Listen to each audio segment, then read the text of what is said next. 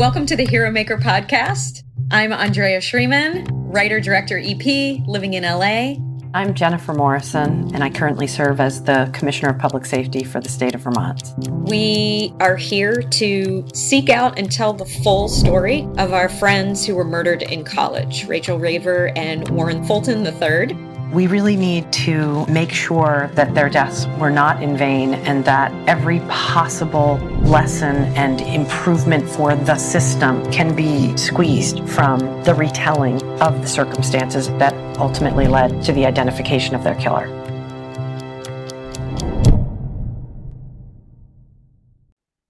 Well, welcome to season 2. We are certainly starting off with a bang.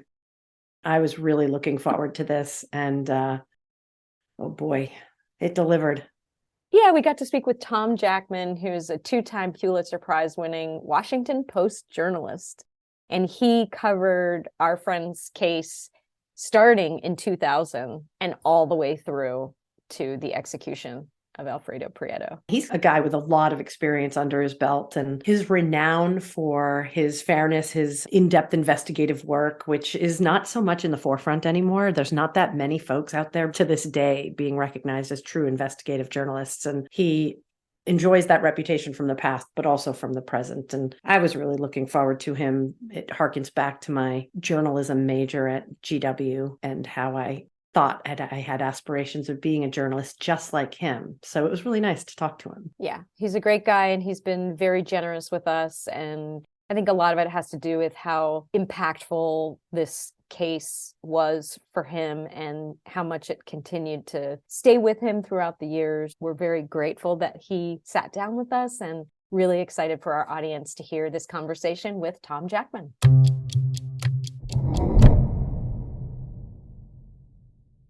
I had printed out that chronology that I gave to you, but then I think I ran out of there without actually taking it off the printer. But So I you're going to think pull I it up? have a copy here. I heard you reference it in the last podcast, in the Sally podcast. Yeah. Sweet Sally. She's the best. Yeah. Tom, can you start for our audience? First of all, amazing to be here with you. Yes. I started talking to you 2.5, maybe 3 years ago. You have provided so much context and were very generous from the beginning with sharing your knowledge and your notes and helping me have direction to how to navigate this exploration.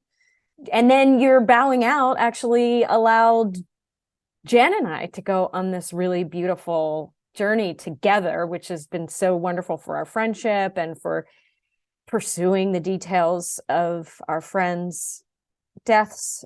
So thank you for everything. Yeah. Thank you for quitting. Yeah.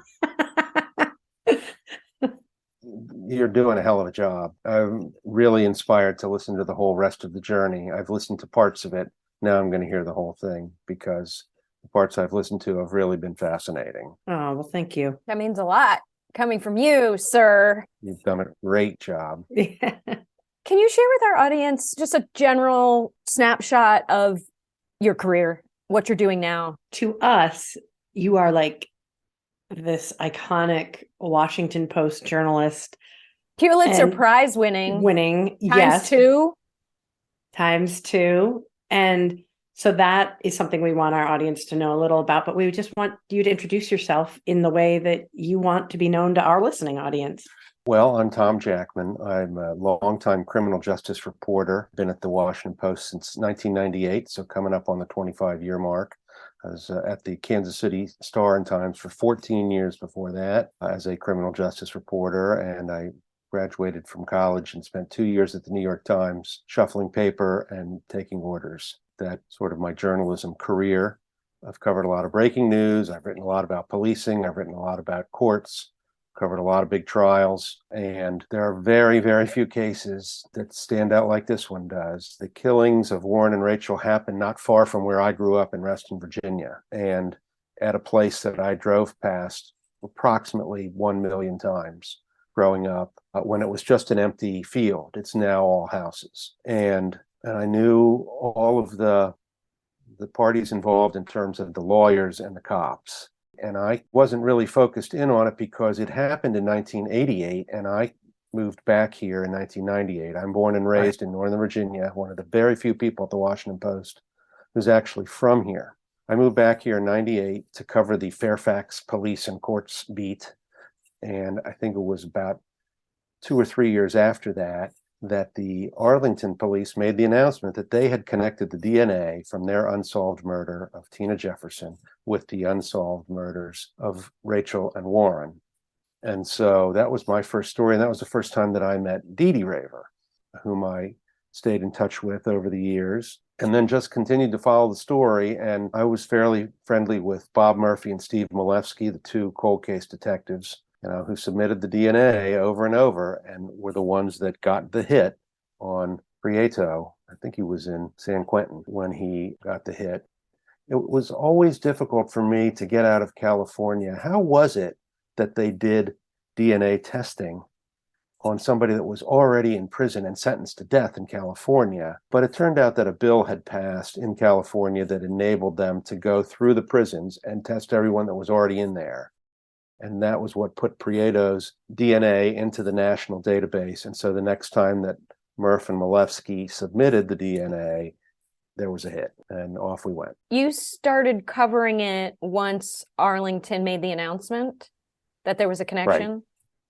Yes. It had happened 10 years before I'd gotten here, so I wasn't really familiar with the case until then. Did you have any contact with Tina Jefferson's mom? I did. I spoke to her and to Mr. Jefferson a number of times over the years. I think that my first contact with the family was with Mr. Jefferson. I think that's who I spoke to in 2001. Is that the date when the match was made? 2000. In 2000? Yeah. Okay. Yep, I see it. May 2000, DNA links Jefferson case. I was unawares of this murder, these multiple murders, much less all the murders that this guy did prior to that. So when you first became aware that this was a case worth tracking down, right? The two cases are linked in the greater Washington area. Right. Did you ever imagine that you were going to wind up reporting on a serial rapist and serial murderer with deep gang ties? It's hard to know. I guess the short answer is no, I didn't imagine that, although here's 3 victims attributable to one person. So that's halfway down the road to serial killer.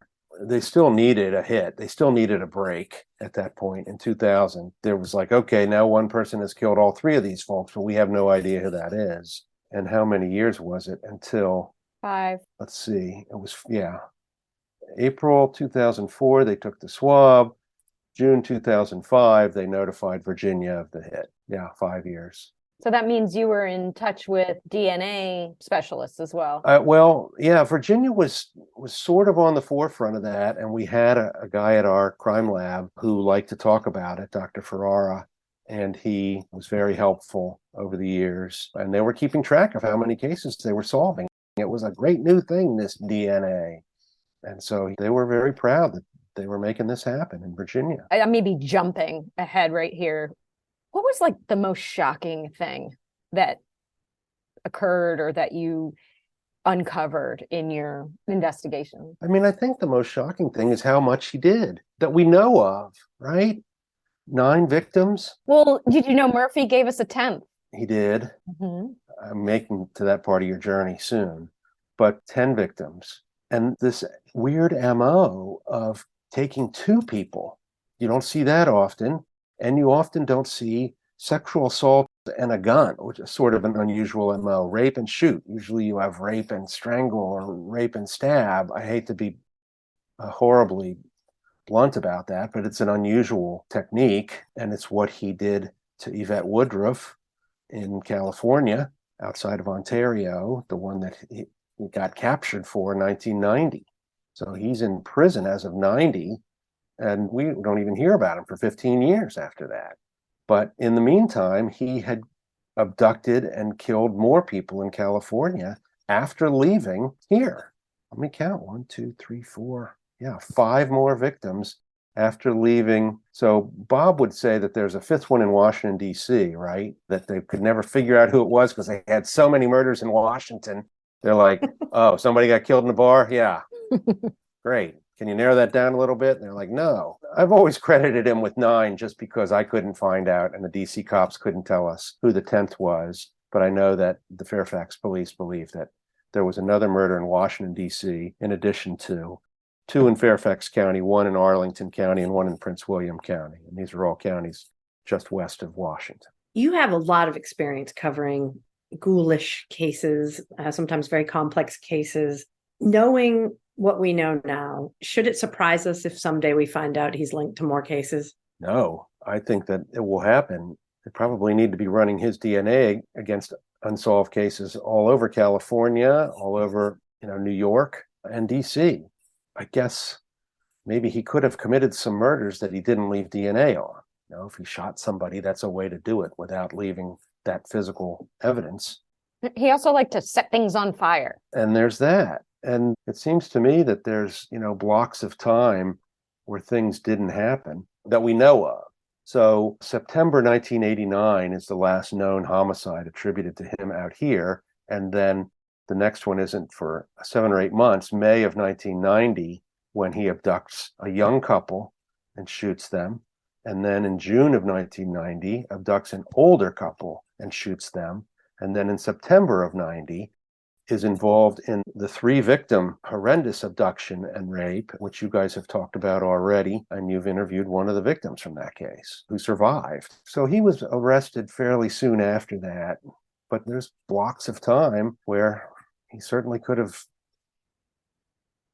committed more mayhem. What struck me when I first started to learn about the number of deaths he was responsible for, because part of our plan from the beginning was, I have not researched this. Andrea knows all of this, and I've been learning it as we go along. I did not know anything beyond the Tina Jefferson and Warren and Rachael link in the beginning of our journey.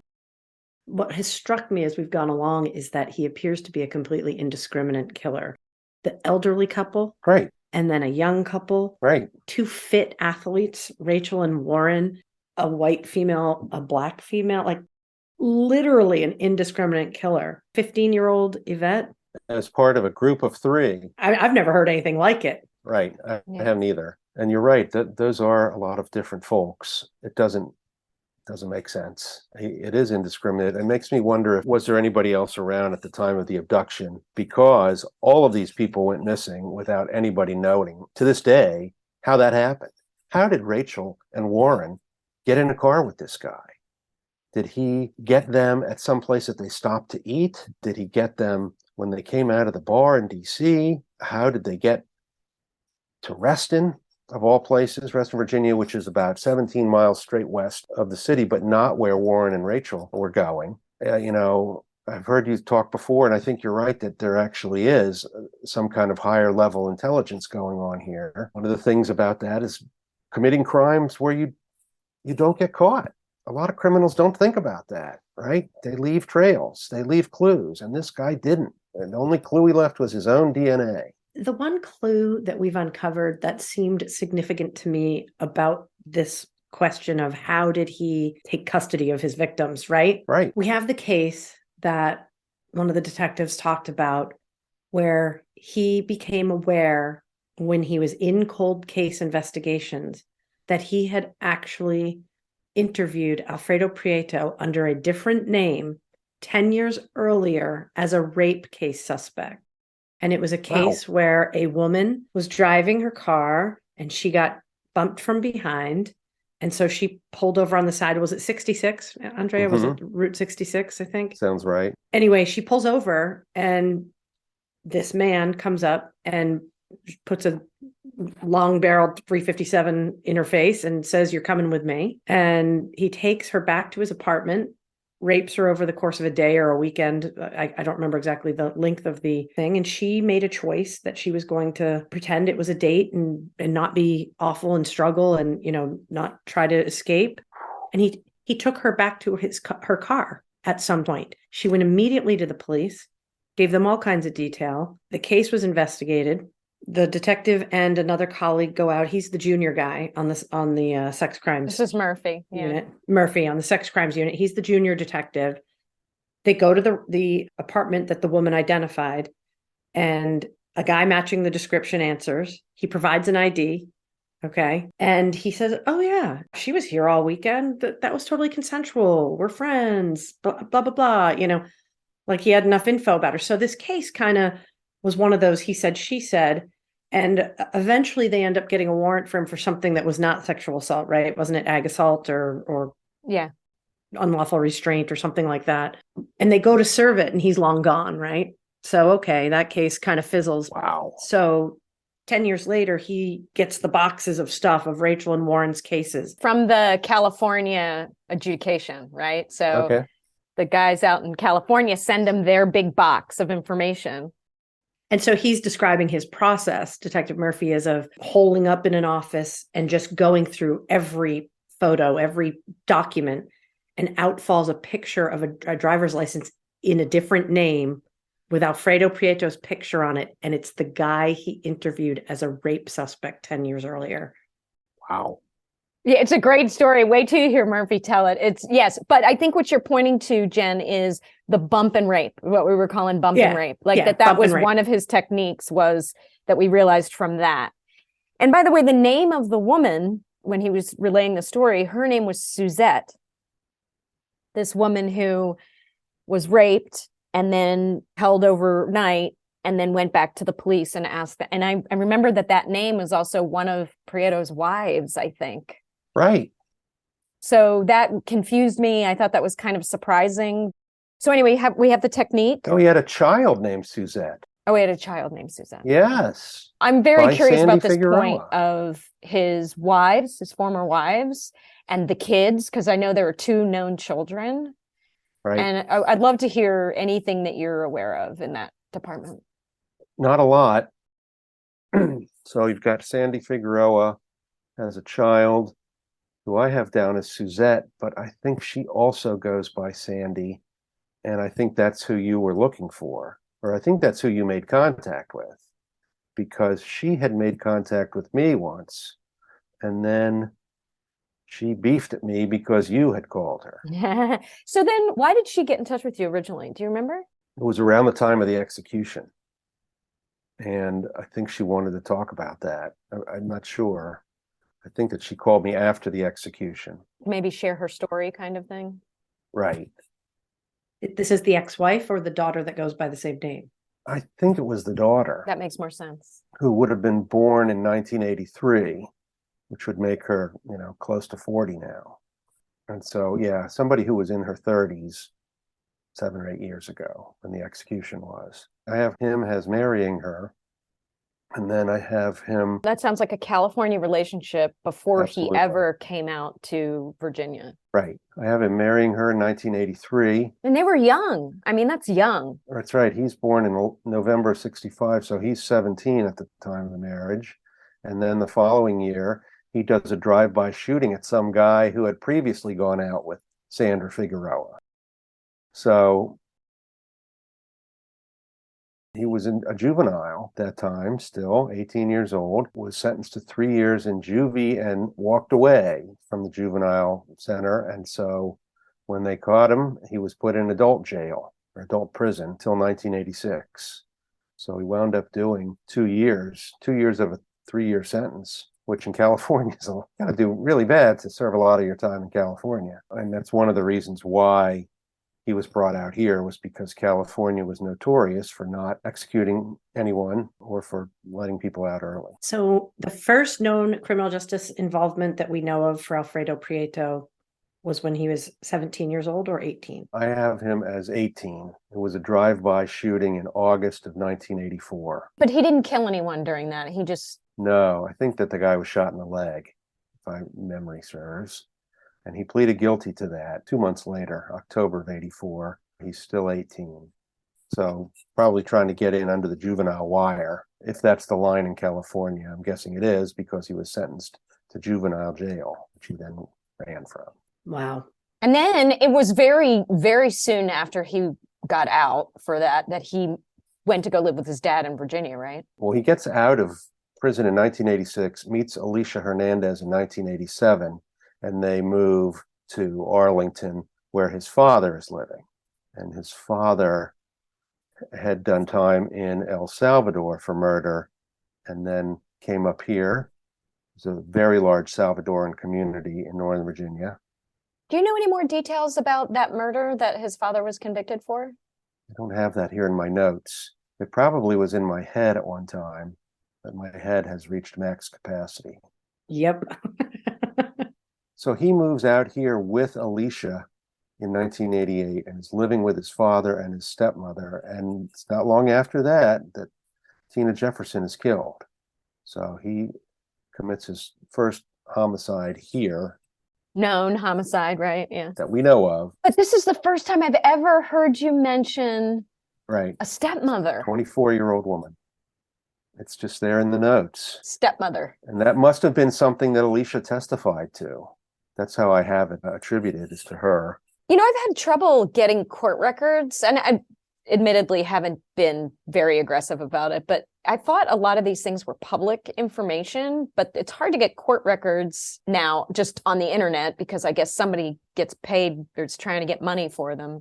Well, there's a couple things. One is that Fairfax County has not kept up with the time and does not make its stuff available to anybody online to this day, except lawyers. And they've only recently started scanning in documents in the last 2 or 3 years. So everything was paper, everything.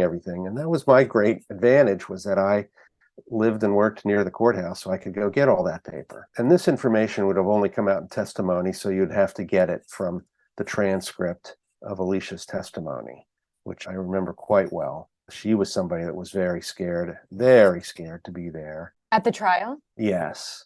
And it says here that in August of 1988, 3 months after Tina Jefferson died, she had a son with Prieto.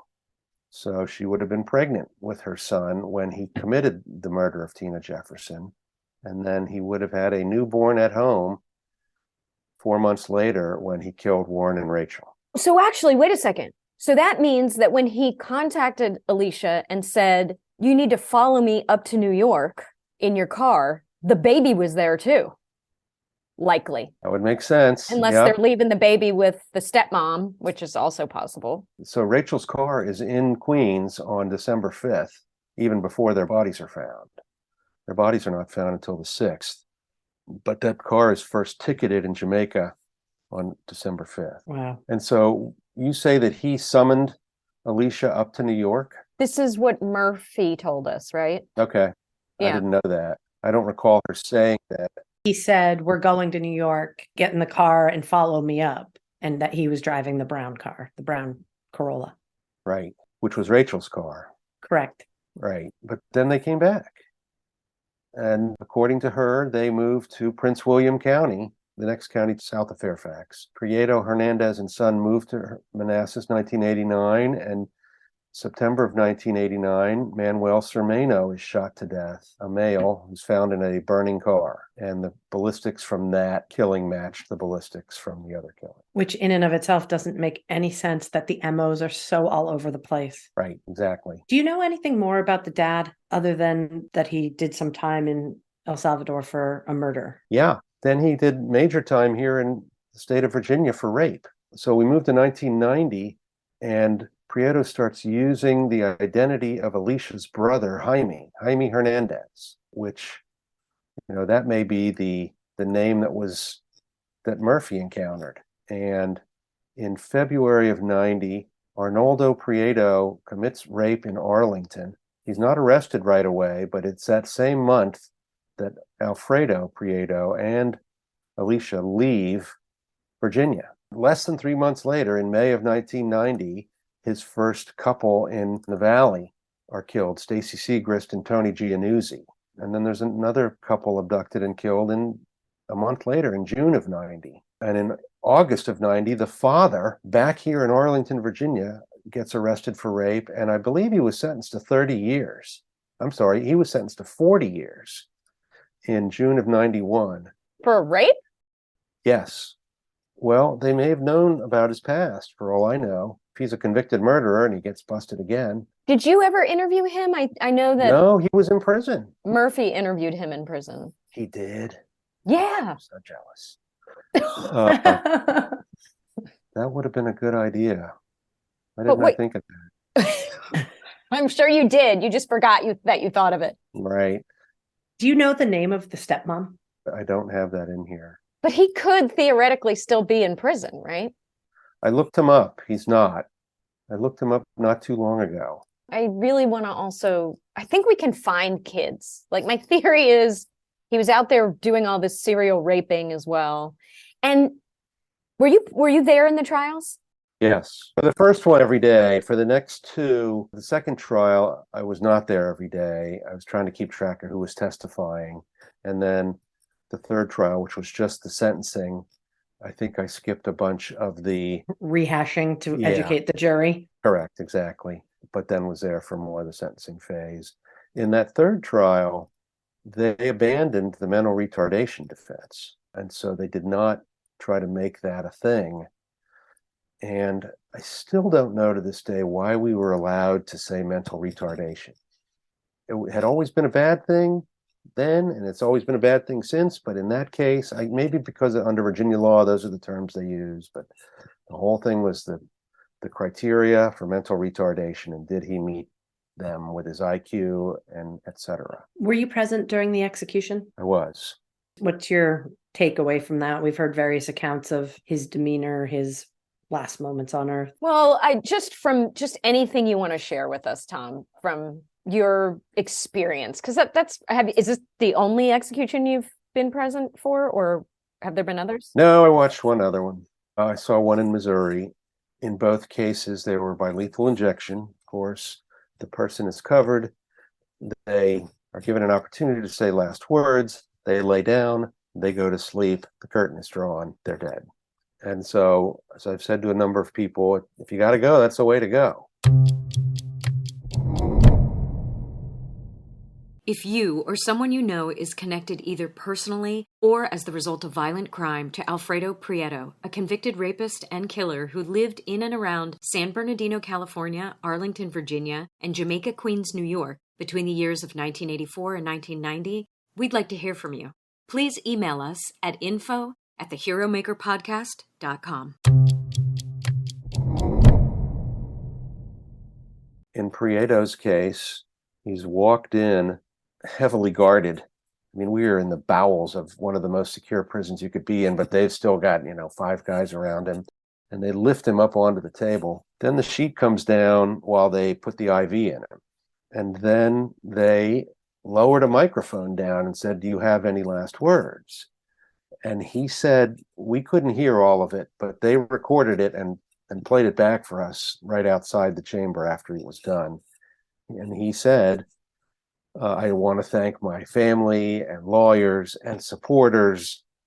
Let's do this, which was just grossly obnoxious, and reiterated to me that this guy was really double evil. So they dropped the curtain before, so no one could see anything. No. Then they raised it back up after he's on the gurney. Curtain went back up. Sorry if I left that out in the chronology. The curtain goes back up. He's there. He's not surrounded by people anymore. And there's been a big issue in Virginia about whether or not you should be allowed to have a minister there with you, but I don't think that was something he wanted.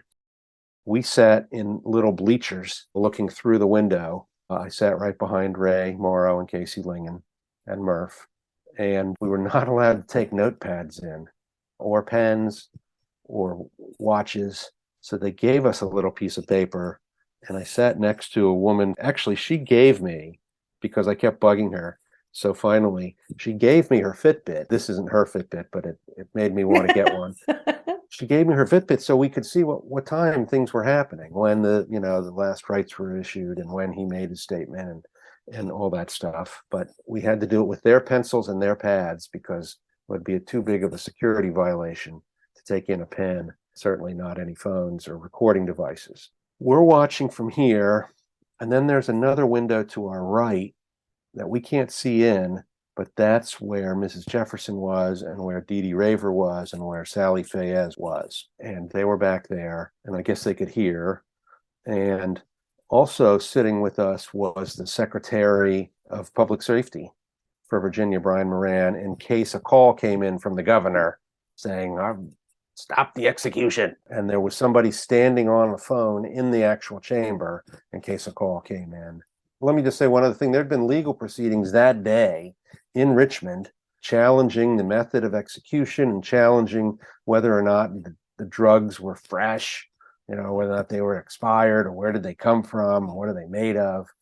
And the federal judge finally said that get rid of this. And he dismissed all of those appeals. And then it was a sprint down to the actual prison site, which is not where Prieto had spent his final years. It's a separate prison where they have the death chamber in Virginia. So everybody gets sent there when it's their time. It always amazes me that so much was leveraged for this guy in terms of appeals and trying to keep him off of death row. And once he was on death row, it was just like he's not being well cared for in his prison. And there's all this fight for him. Can you explain that? Can you share any intel on why so many public dollars were spent on this guy? It's done in the interests or the appearance of fairness. He was appointed by the Fairfax County Court, two of the best criminal defense lawyers you can get, Peter Greenspun and John Shapiro. I saw Peter in court today. He's still over there pounding the boards, and he's as good as you can get. And the fact that they got 3 trials for this guy shows that they did what is considered in the defense bar a hell of a job. But we paid for it. In my notes, I have, totals of what this cost the taxpayers. The first trial, between the legal fees and the witness fees, and one of the witnesses was paid $73,000. The total cost to the public was $359,000. And that's in 2007, 8, 7? 6. Okay. 2006, and then I guess 2007. Second trial, not quite as much, but it didn't look like I totaled that one up, but it's still quite a bit. And then there's everything after the trials.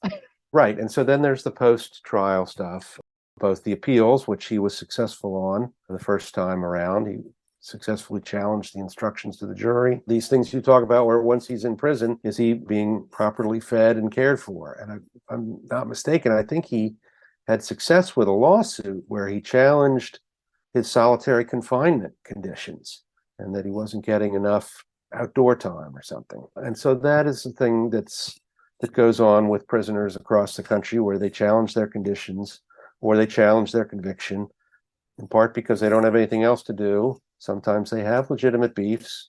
I want to diminish those who are wrongly convicted or those who are badly incarcerated. But for the most part, 98% of those who are incarcerated are well treated, and I'd say 99% of those who are incarcerated are properly convicted. Those are rough numbers by me. I have not researched those numbers, but that's my experience, is that wrongful convictions do happen, but they're a small percentage. I think a slightly larger percentage of people who are mistreated in prison. Do you think either of the defense attorneys would talk to us, considering their client is dead and there's no longer a privilege that attaches?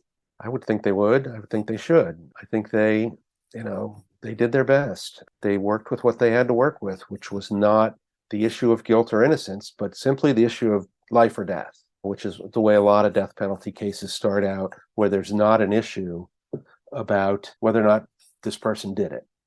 And here, because of the DNA, the lawyers made the decision not to challenge that issue. They didn't challenge guilt or innocence. They challenged whether or not it's legal to execute a mentally deficient person.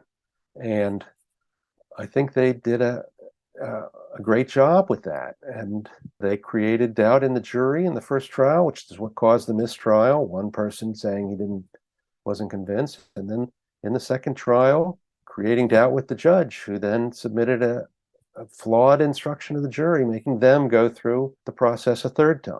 Wow. So, I mean, that's what defense lawyers do, for better or for worse. So, Jen, I actually did have a really beautiful conversation with Jonathan Shapiro a couple of years ago, and was very grateful that he spoke with me. He had some very strong words about the criminal justice system. He called it a shit show, I think was one of the things he said. And that's what I'm remembering right now. And he declined to be on the Hero Maker podcast. And I've never met Peter Greenspun. I very much would like to reach out to him. Maybe you can help me do that, Tom. You probably have some contact information for him.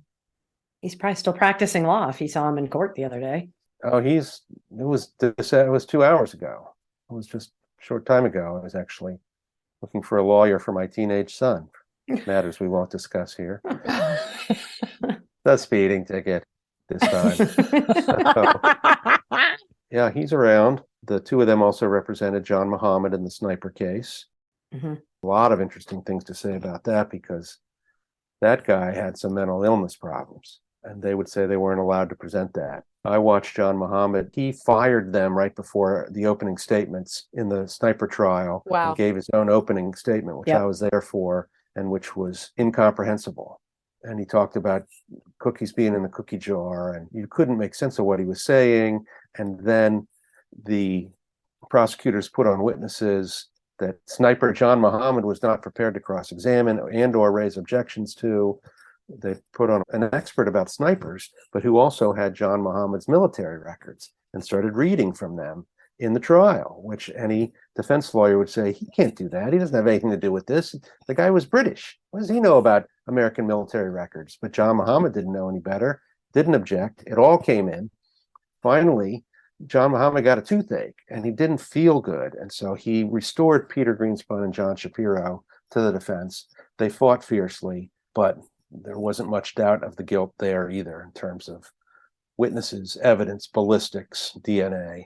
They had him dead to rights. And so they were taking the same approach, which was, yes, he did these bad things, but don't execute him because he's mentally deficient. And they weren't able to get that done, in part because John Muhammad wouldn't cooperate with the experts for the government who had to examine him in addition to his own experts. These are great lawyers who've done a lot of big time cases. Peter Greenspun represented Marv Albert when he was arrested back in the 90s for a tryst in an Arlington hotel in which he bit a woman.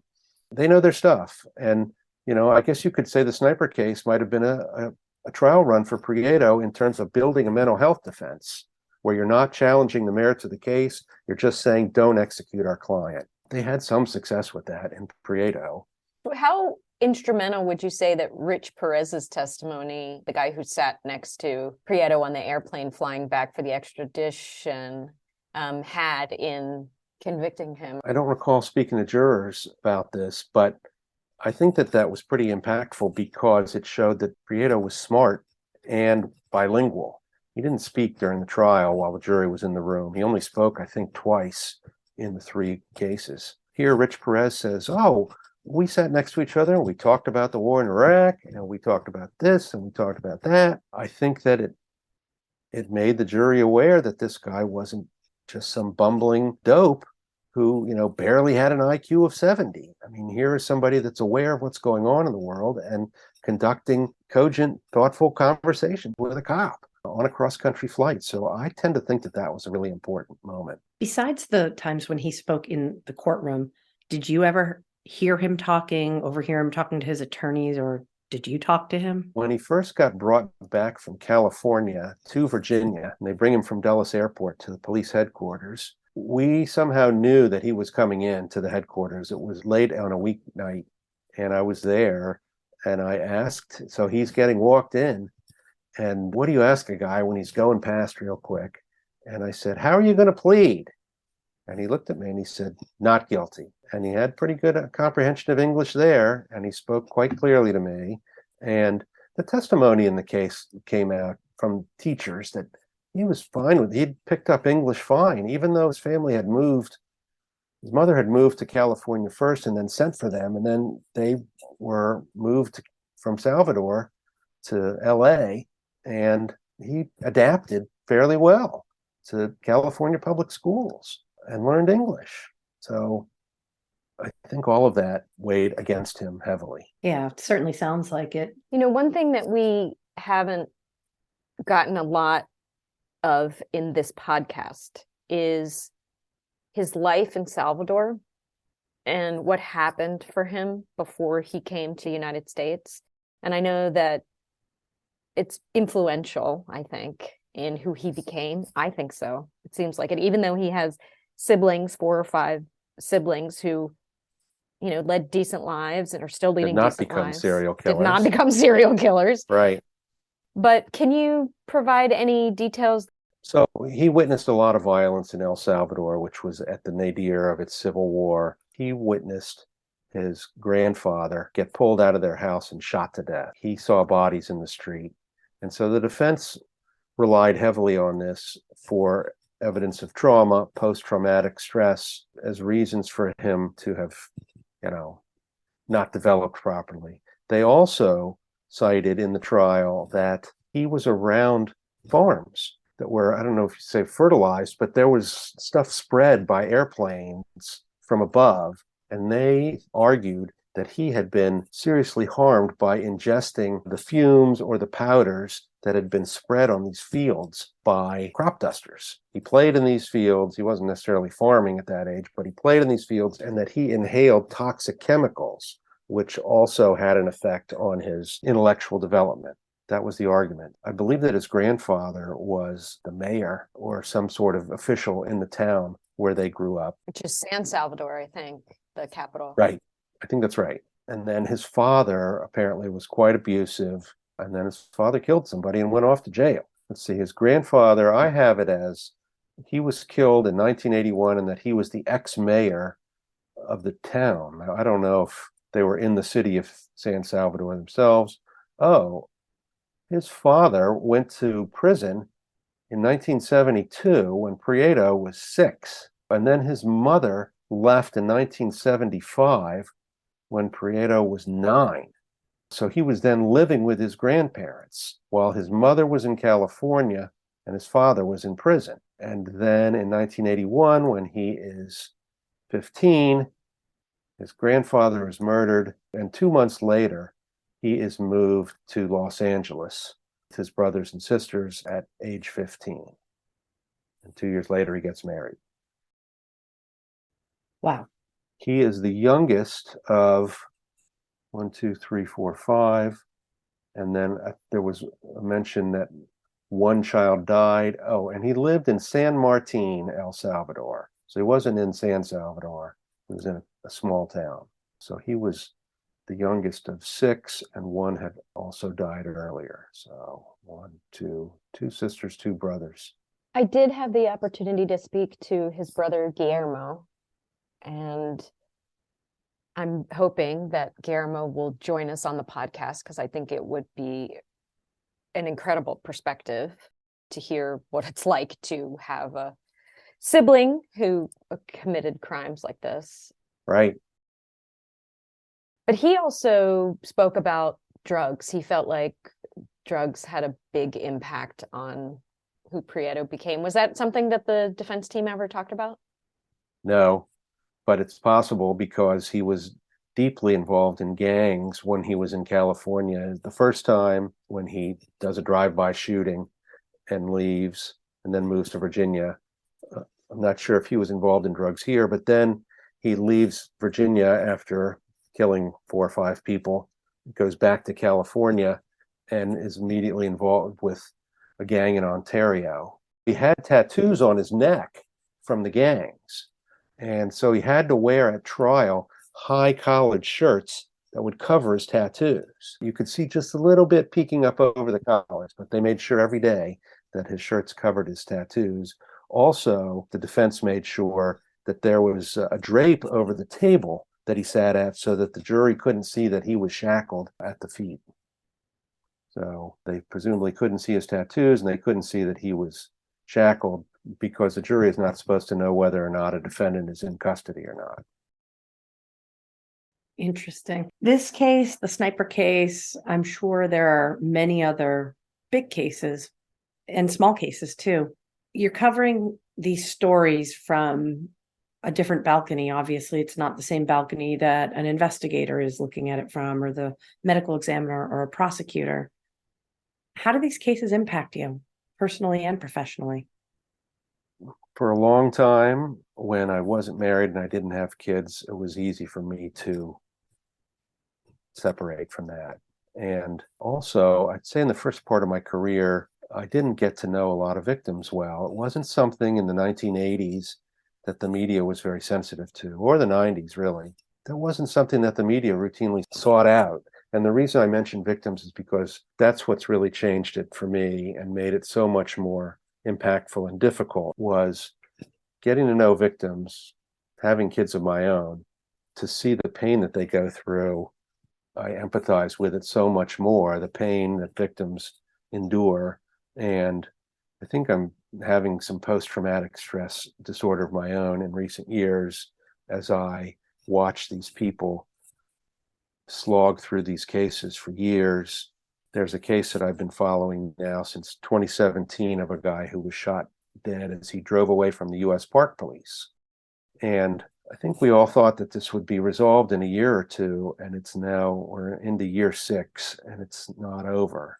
And the family is still miserable, still horrendously miserable. And to watch them go through this is really difficult. And I almost miss the days when I was young and stupid and I would write a story and go home and not care anymore. And now I care, and it's much harder. There was some stuff that I wrote in Kansas City in the 80s that was incredibly insensitive, in part because sometimes I was trying to get a laugh out of somebody's death.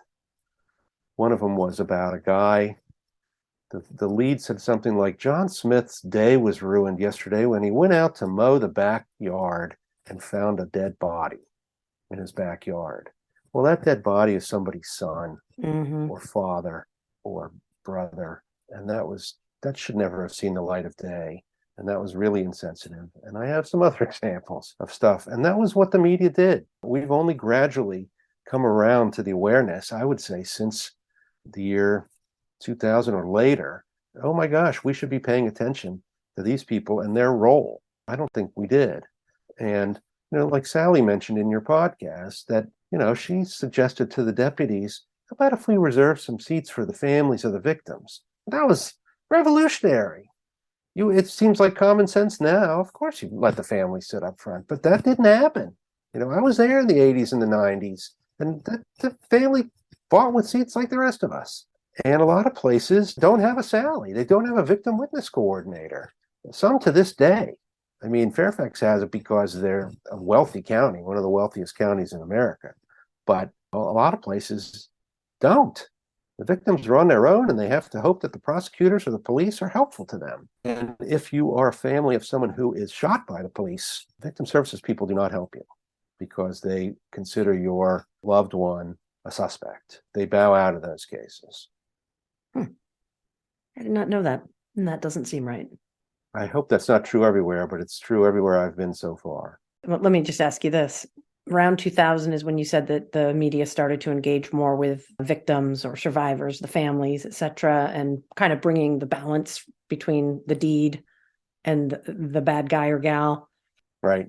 And that sort of quite naturally means that you now have to bear witness to the harm that these cases cause. Correct. Did how you felt about that and being that close and sort of vicariously experiencing people's trauma, did that change for you once you had children of your own? Absolutely. I couldn't comprehend. I didn't get a sense of people's loss when you have a kid. I didn't have any kids.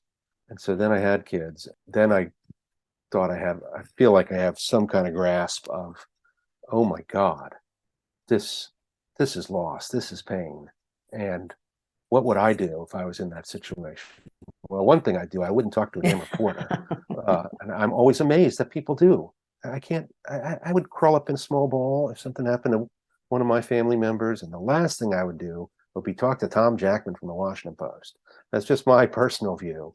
But some people are more thoughtful and generous than Tom Jackman. And so they do give their time and they do want others to know what has happened. And what I want people to know is I want them to know about the victim. I want them to know the life they lived. And the thing that I say to families is, I'm not calling you or showing up at your door unannounced to talk about this crime. I'm here to talk about your child, your sister, your mom. And I want the world to know about them, not about the bad guy. One thing that the media has done just in the last few years is realized we need to stop glorifying or naming the mass shooters. Just in the last 3 years, we've gotten much better at saying the shooter, the suspect. But before that, those people were named and named and named in headlines, and got the fame that they wanted. And that's certainly one of the motives that killers do things like this for, is for the lasting publicity. And like those two teenage kids in Columbine are heroes to some people. Weirdos. Right, exactly. Can you maybe share a little bit more about the behind closed doors conversation for the media in terms of responsibility and things that you are thinking about and looking out for now in terms of how you contribute? And you just shared something really big, but beyond that, what kind of protocol is being introduced now that you think is actually helping hopefully curb some of, especially these mass shooting and other occurrences? I wish I could say that it was as formal and thought out as a protocol. It's just sort of been an organic awareness among media to stop being jerks, to lower our level of jerkiness from way up here to slightly here. And I always try to represent our profession honorably and sensitively. I want people to know that we're not here to exploit you. And that's just gradually happening. Now, I will say that the Poynter Institute, which is based in Florida and is this journalism think tank, did convene a nationwide weekly seminar to talk exactly about these issues, about how to deal with victims, how to more sensitively cover crime. And so each week we got on these giant Zooms with people from the Minneapolis paper and the Houston paper and the New York website, and a lot of people talking about these exact issues, how to do this better and not to just exploit crime and get headlines and clicks because things are bloody and horrible. And how can we do our jobs better? And part of it is that we've been getting hammered on for years by victim advocates and cops and prosecutors to use our brains and be more thoughtful and do a better job of presenting both sides and reminding people of the pain inflicted by the bad guy. So we focus on these crimes, and then the trials focus on the crimes, and the sentencing focuses on the crime, and oh my God, the crime was so horrible, and the victims get left behind. I think that this case was probably one of the first, well, probably maybe the sniper case before this, where we really paid attention to the victims in the sniper case. That happened in 2002, and the trials were in 2003. And the victims came and testified, and we got to know them better, and we got to focus on them better, in part because every single one of them was just somebody going about their daily job, and they got shot in the head. And so it horrified everyone. Something Sally said, which is the victims are the only ones who did not sign up to be there. Everyone else, their own actions brought them to the courtroom. And they were getting paid to be there. Yep, that's right. That's exactly right.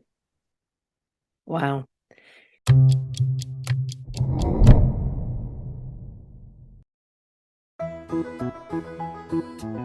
The Williamson County Cultural Arts Commission of Franklin, Tennessee wishes to thank our men and women in blue who help us deliver safe and fun family and community cultural events year-round, including one of the only authentic bluegrass festivals in the country.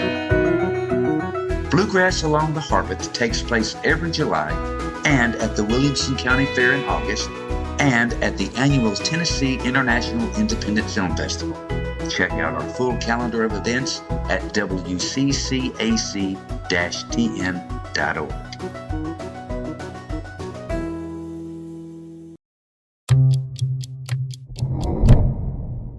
We have spent a lot of time on the Prieto part of it.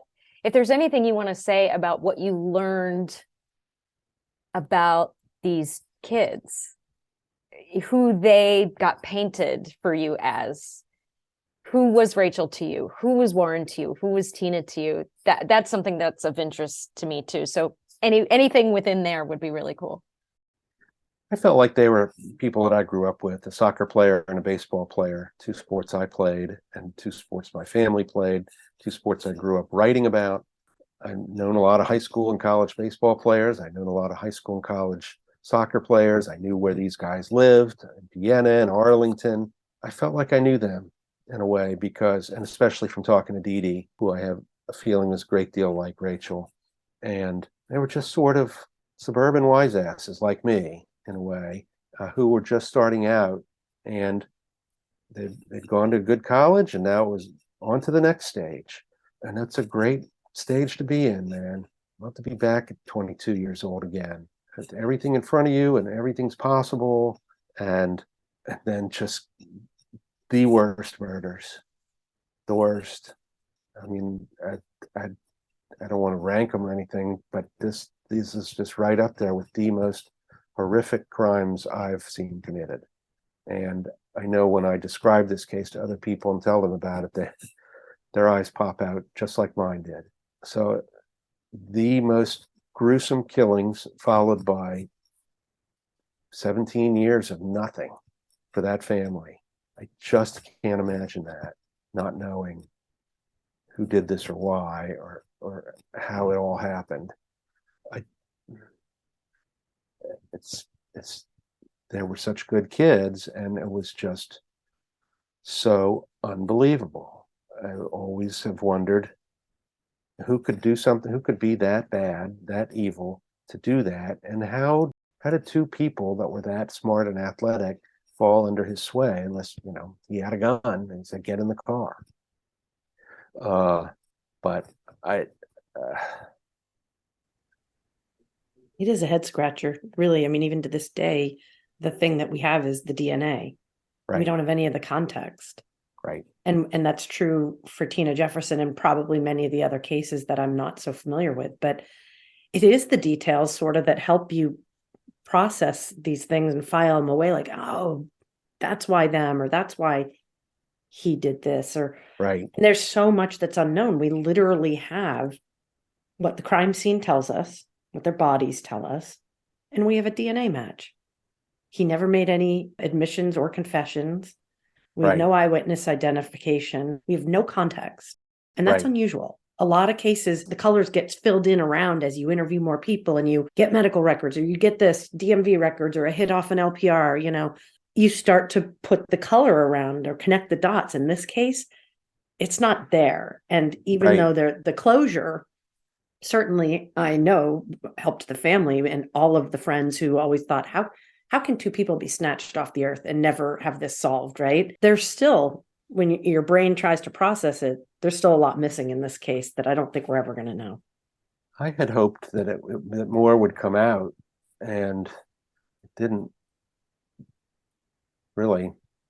I mean, we know that he killed more people, but still don't know why. I feel like those girlfriends, those wives would be really, really helpful. They spent that period of time when he was committing his crimes. They were with him. Not that they would know every detail, but they would know some intimate things about his behavior. And right. I agree. Who should we talk to, Tom? Who have we? Well, I love the Pointer. I love the Pointer Institute. We should definitely talk to someone from that. Sounds really interesting. They would like to talk to you about crime coverage in the 21st century. And the woman that ran the thing, I can put you in touch with her. She's great. That would be awesome. I have a feeler out to Ray Morrow, but have gotten nothing back yet. He's great. Text him for me. Can you text him right now? No. It's dinner time. You can't disturb them at dinner time. I'm just imagining Ray is doing his, I don't even know Ray, but he's got to be doing his retirement career, whatever that is. Like, is he fishing right now? It's too cold. No, he's working for the bar. He's working for the State Bar Association. So Bob Horan just died. I didn't know that. The lead prosecutor, the guy that made the deal with Virginia to bring Prieto back, because his thinking was California will never execute this guy. We will get him back here before we will Virginia will conclude its proceedings. And he was right. Even with 3 trials, we got it done while California was still kicking the case around. So what's up with the Fulton family? Good question. I've never met the Fultons, and I would love to. About the people who were there, definitely Rich Perez is of interest. He has left the area. I think he's moved to Florida. So he's the one who's fishing. Yeah. Hey, Tom, in addition to who should we talk to? Yeah. You had a different vantage point on this than most people. Who were the hidden heroes in the Prieto case? Well, I don't know who was hidden. I mean, Sally and her crew certainly did yeoman's amazing work in terms of getting all these people there for 3 trials and then taking care of them, getting them there every day, day after day. And then Ray Morrow, certainly. I mean, Horan was leading the way at first, but then Horan retired and allowed Ray to succeed him. Ray then appointed Horan as a special prosecutor for the second trial. I don't know why Ray wouldn't talk to you. So there's this guy, Detective Jim Mowat, Mowatt. He's like Billy Bob Thornton. And he looks like him. He acts like him. He was an original detective in 1988 on the case, and he came back each time to testify in the trials. And then Bill Wilden was the lab guy, and for many years he was teaching at George Mason. I think we should also be moving into our final question. Do you have a final question, Shreems? Because that was mine. What's for dinner? The hidden heroes and the who should we talk to? Those were my sort of bring it home questions. This would be really sweet to hear from you. Sally talked about how it was the dream team on this case. And I know that you, having lived there and worked there for a long time, you know a lot of the players and you befriended a lot of the players, and it's become personal. Is there anything that you would like to share about the work that the folks in Fairfax have done in this case or over the years, and what it's like to be part of that level of commitment and professionalism?